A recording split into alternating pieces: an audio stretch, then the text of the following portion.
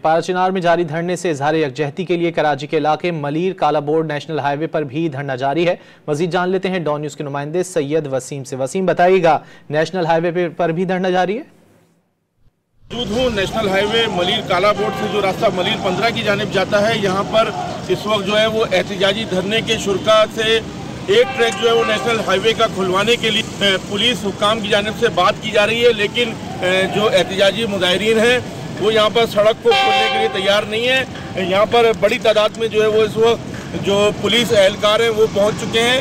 न सिर्फ पुलिस एहलकार बल्कि जो एंटी राइट फोर्स होती है वो भी यहाँ पर मौजूद है और जो धरने के शुरा हैं उनको यहाँ से एक ट्रैक खोलने के लिए कहा जा रहा है, लेकिन यहाँ पर धरने के शुरा ट्रैक खोलने को तैयार नहीं है। बड़ी तादाद में जो है कंटेनर इस ट्रैक के ऊपर फंसे हुए हैं और ट्रैक के ऊपर कंटेनर फंसे होने की वजह से जो पोर्ट की जाने वाला रास्ता है और सामान की तब्दील है वो मुकम्मल बंद है। जी।